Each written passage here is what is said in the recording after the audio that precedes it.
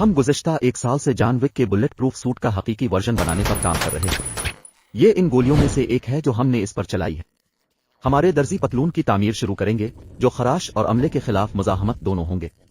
Jacket खुसूसी की wheeler की 20 परतों पर मुश्तमिल होगी, जिसकी हर दूसरी परत 45 डिग्री ज़ाविये पर कटी जाएगी। ये काफी भारी है।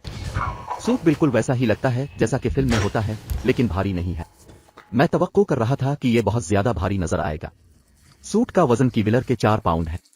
ये अच्छा लगता है और वाकई एक सूट है।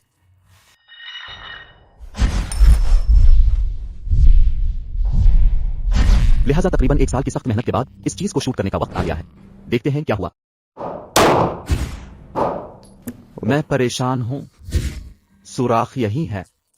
ऐसा लगता है जैसे ये कई परतों से भी नहीं गुजरा।